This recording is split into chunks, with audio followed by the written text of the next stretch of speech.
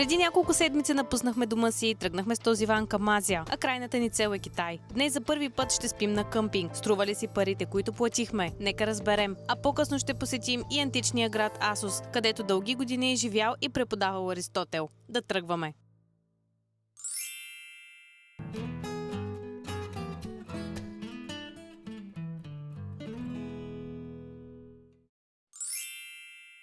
Преди няколко месеца взехме решение, което промени живота ни.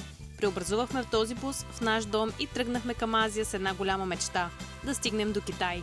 Не знаем какво точно ни очаква по пътя, но точно за това потеглихме. Добре дошли в нашето приключение. Стигнахме в Берхамкале, се казва градчето.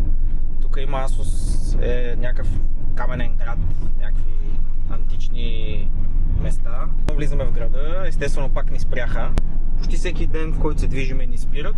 Не ти искат документи, по номера просто проверяват дали имаш глоби и някакви такива неща и дали всичко ти е изрядно. Да, схемата за спирането, затова искахме да се включиме, е спират на куп по примерно 5, 6, 7, 8 коли и всички други минават.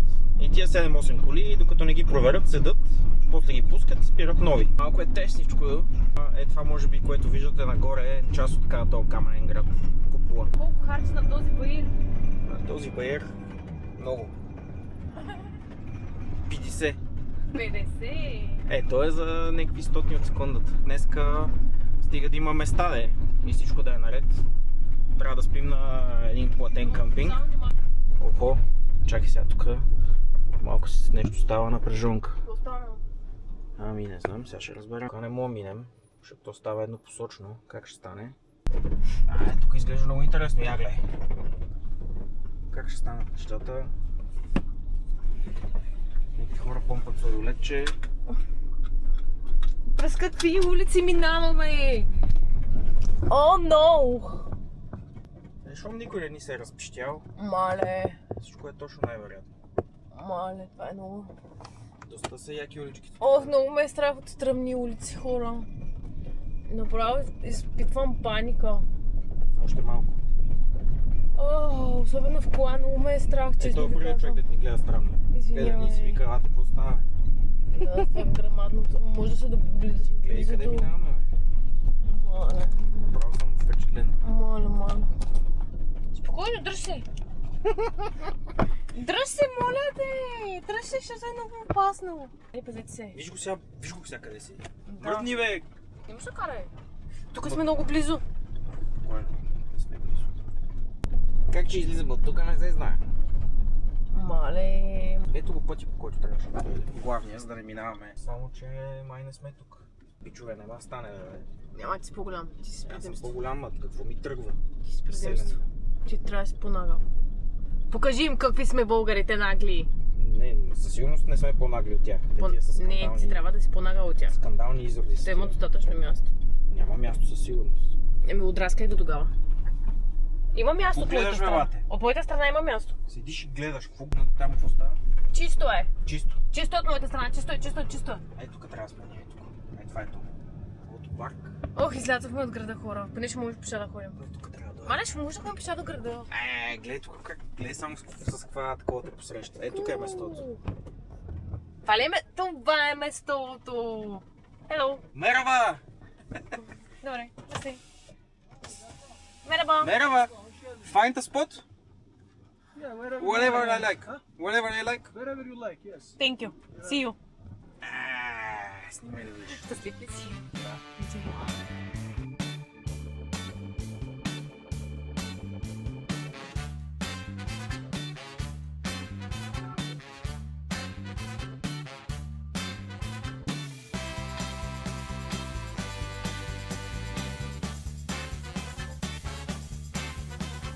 Ето ни английската. Здравейте. Тук е масата обаче. Чай да разгледам. Бъни, бу. Се изкъпем най-накрая. Ние изкъпем да, ама косата се трябва да измия. Но яко местенце, между другото. Някакъв човек от двора май има някаква земя и си направил къмпингче точно срещу морето. В някакъв двор си я взела и така и някакви хора са се спрели. Все едно на баба двора на село.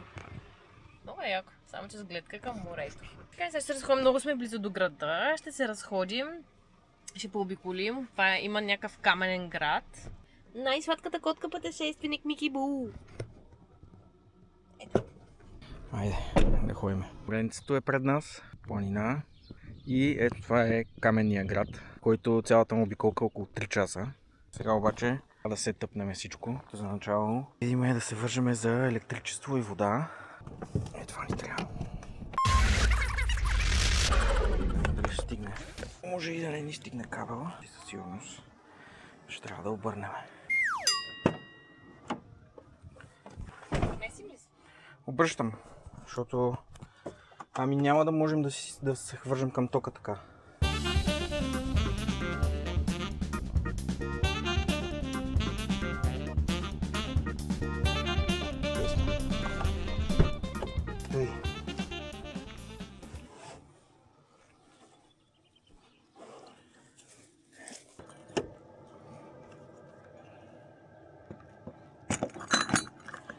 Това е Елфиналикус. Ето тук мога да видите, вързали сме се към мрежата. 1800 вата вкарваме и след харченето на климатика, който в момента работи, сме на плюс 1000 вата, т.е. батерията е сега ще се напълни и няма да пада повече. Его малкия кармазончо, как си спинка. Можем вече да направим една обиколка на целия къмпинг, за да ви покажа къде сме. Мястото е наистина феноменално. Вързали сме се за тока. Това означава климатика ще работи нон-стоп и за нас и за котето. Ето това е къмпинга, сега ще ви покажа. Ето тук има една къщичка брутална. Тук са баните. Нина се къпе някъде е там. Това е Асос, каменния град, който трябва да обиколим. Днес ще видим дали ще останем и утре тук. Най-вероятно ще останем. На си масичка. Вдигнали се цената. В приложението, което ползваме, пише, че около между 750 и 1000 лири. 1500 лири, което е около 27-8 евро. Имаш всичко необходимо, имаш ток, имаш вода, имаш сигурност най-вече. Можеш спокойно да ходиш да експлорваш и да правиш каквото ти е кеф. Най-малкото за спокойствие. Естествено, няма да остана постоянно на такива места. Ресторанчето. Ето е кака гичка. Да ми казваш кака гичка. Която се е Ти изкъпала. обръсна брадата, казвам ти. Която се е изкъпала току-що. Не съм се изкъпала. Защо? Няма топла вода. Къде 40 градуса, ма каква топла вода? Абе, искам малко топла вода поне. Искам се къпя за студена. Ако искаш да ти я занеса да се стопли във вана, ако ти е удобно. Няма ли топла вода? Ще се научиш да се къпеш в каквато вода Ще се науча, но няма ли топла вода? Ами очевидно няма. Защо е от него? Къде да знам? Еми то е на 0, как искаш да има топла вода? Добре, може да го пусне. Просто го пусни. Това е поточен бойлер. Ама не исках да пъпам бойлера. Това е поточен бойлер. Тя водата минава и идва при тебе. Веднага ли сега ще е готово? Ето от тук идва водата. Абе, аз се загледам. Влиза в бойлера и след това излиза топла. Същия бойлер имаш и в вана, който е поточен бойлер. Тя не държи водата постоянно топла. Веднага ли ще имам сега вода? Веднага най-вероятно ще имаш топла вода. Ей, тогава ще извай. По-далеч от мен. Не изглежда лошо. Имате такова, мивчица, тоалетна. Айде, влизам да се къпя. До свидания.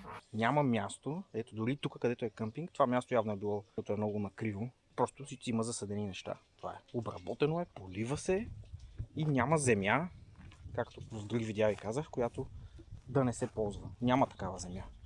Абсолютно всяко едно нещо в Турция, като земя се ползва за нещо и се обработва.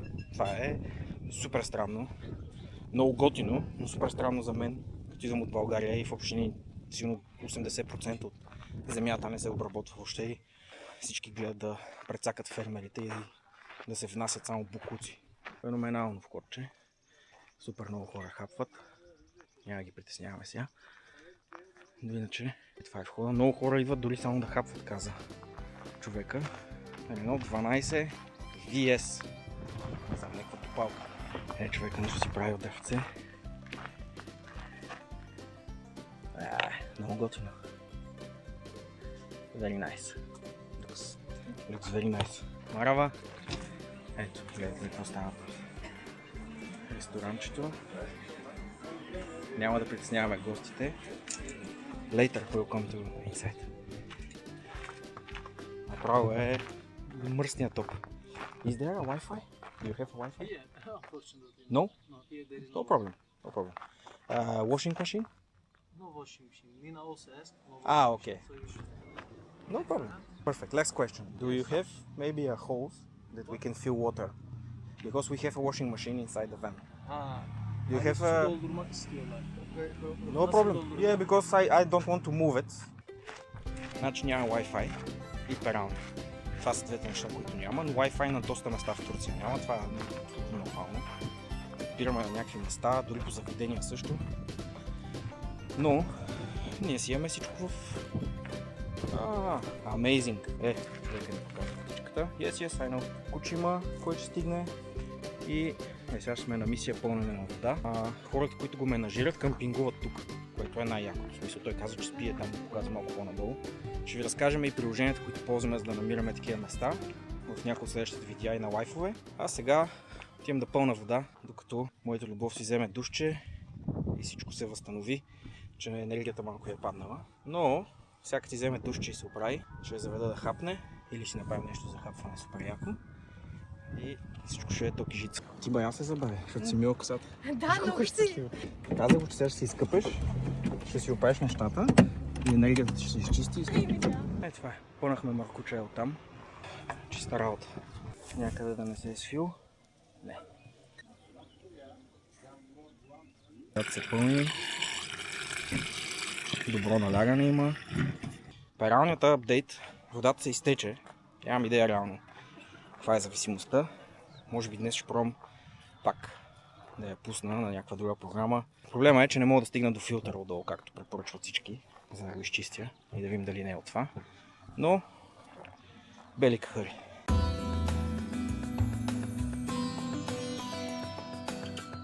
Кази бе! Ето е турската котка. Няма да я пипаме. Бейби мамо. Да бейби мукибу. Да бейби. Май да и правим кици.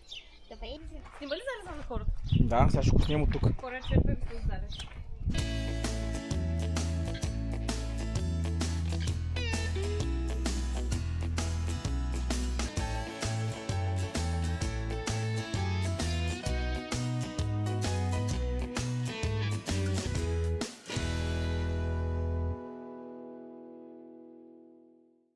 Наистина много яко. Хора, много е брутално, One Life животът е за нас. Да. Определено. Ако не сте идвали насам, разходете се. Да. Бехрам се казва града или село. Градчето, да. В общи линии каменния античен град Асос. Това е което трябва да търсите. Утре ще ви го разкажем и ще ви покажем всичко. Ще подготвим малко информация.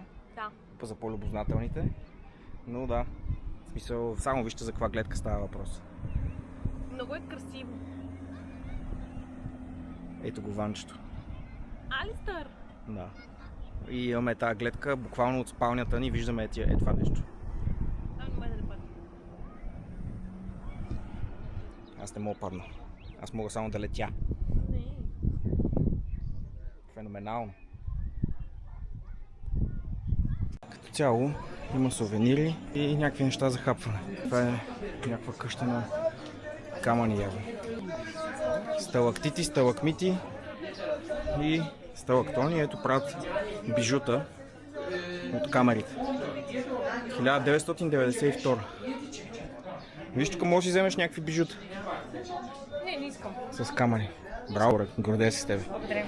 Не искаш букучки на стената на букучките. Да. На тук ли сме? Или към кафето? На тук. Там какво има? Ми така уличка нищо се приключва и ресторант. Ходи ли? Ходих. Добре, ай. До вечера. Пак режим на вечеря. Да. Лекичка. Вечер салатка. Салатка, яйчица. Трябва да отслабваме. Да, салатка, яйчица. Някакви дребни неща без сладко. Ти на колко крачки? Сега съм на 5000. Без нищо. И аз съм на 5, но тихо не ходи повече от мен. Ходих. Еми да, ама и аз бачках. Какви неща. Ти ходи за вода. Да. Ето как се придвижват хората. Навсякъде има някакви такива бъгита. Бъгите се придвижват. Някакви АТВ-та. АТВ-та е голямо АТВ. Това ли е входа? Не, това е туалетна. Аха. Гледайте за какво става въпрос. Какво е това? Мале. Той ни е донесъл храна. Много добре изглежда. Благодаря ти. Нина остана да бачка, че имам супер много да наваксва с видеа. Затова днес ще се случи най-хубавото нещо и то ще е, че само с мен ще обиколите античния каменен град. Така че, аре да се качваме. Някои интересни факти ще ви разкажа. Ще видим храма на Атина, ще видим Акропола, ще видим къде е живял Аристотел и каквото друго има интересно. Музейчета има някакви вътре. Марава! 11 евро е входа. Вътре сме. Преварихме малко хора. Добре дошли в Асос. Градът съществува от 7 век преди Христа, като е създаден от гърци, които от остров Лесбос се заселват и започват да живеят тук. Така се създава града и започва неговата история. Там през годините и вековете попада под различно владение от различни империи. Александър Велики има момент, в който го превзема и го ползва за пристанище, тъй като е пристанищен град. Преди него Персийската империя, след това Римската империя. По този начин всяка една от тези империи става по малка следа в града, то го поддържа. Интересното в града е храма на Атина, Акропола и това, че през вековете преди Христа и дори след се запазва като един от философските центрове на региона. Много философи идват тук да учат, има академия. Академията е отворена от Аристотел. Аристотел е живял тук, премества се тук, живее тук, отваря академия, в която обучава изключително много философи и града се превръща в философски център на региона. Има амфитеатър, може да събере над 5000 човека. Друго интересно нещо е, че града разполага с каменни стени над 20 метра. Ето това са станалите руини от храма на Атина, храм, в който са се молили. Тук има и модел, как е изглеждал през годините. Този храм е реплика на това как е изглеждал.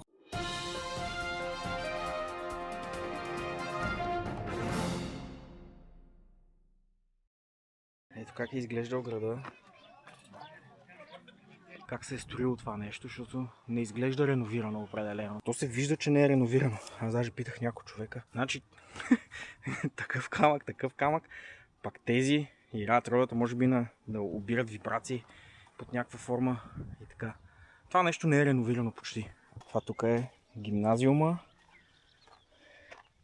и агората, което е като площад.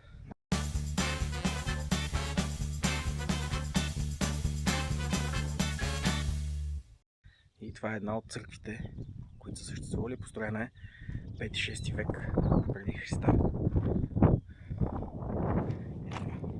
Западната църква. Доста интересно. Долу в ниското, но пак с убийствена гледка. Айде ходим към театъра. Ето го и театъра.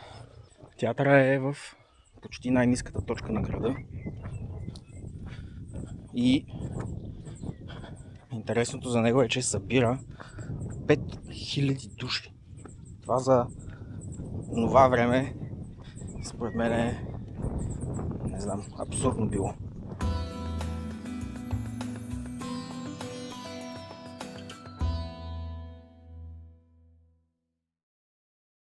Само си представете какво е да сте тук. Е така.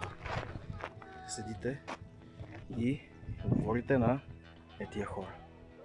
Догоре, 2 етажа. Ето тук е било. По-голямата част се е запазила, се е по-разрушила. И така. 2 етажа с хора. Може да си представите какво нещо. И ти да застанеш тук по средата и да трябва да говориш и да разказваш на тия хора, да се движиш, да гледаш всички. Те всички те виждат от всяка една. Но истината е, че има някаква акустика, защото сега духа вятър.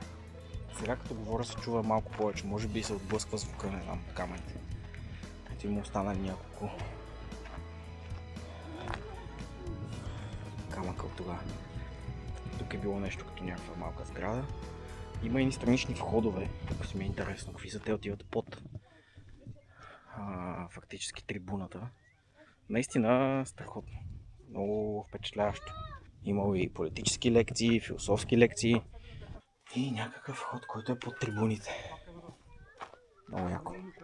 И ето, пак, само да видите за какво става въпрос. Хората са го измислили, защото където се събира водата, хоп, и си отива по направление. на където са преценили, че трябва да бъде. Винаги, когато обикалям, аз супер много обичам да ходя на исторически места и обикалям на исторически места, мен това ме психира зверски. Колко сме неадекватни сега и колко са били хората супер в час хиляди години преди това. Ще да не почнем да говоря за пирамидите, Египет и така нататък. И за всякакви други места в тия времена, които са наистина абсурдни в сравнение с сегашното строителство на каквото и да било. Но да, така изглежда театъра. В една от най-ниските си точки. Сега най-лошото е, че ще трябва да се върнем по този път до горе. Нищо, тъмън малко, ще направим тренировка, че трябва да влизаме в форма.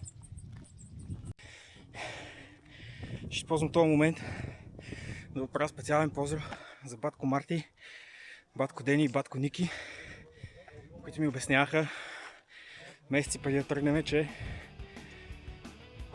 трябва да влизам в форма за тия пътешествия. Сега ми излиза през носа, едва се качих. Това беше Каменния град. Надявам се на вас да ви е било толкова интересно, колкото и на мен. Аз лично останах доста впечатлен и щастлив, че съм на това място в момента. Надявам се видеото да ви е харесало, за тези, които са гледали до края. Благодаря ви много. Ако видеото ви е допаднало, абонирайте се за канала, ударете един палец, подкрепете ни, да стигнем 5000 човека и да ви радваме с все по-готини видеа от по-интересни и далечни локации и да ви направим част от нашето пътешествие. Ние сме благодарни на всеки един, който е гледал видеото до края. Пожелаваме ви приятна седмица и до следващото видео. Чао!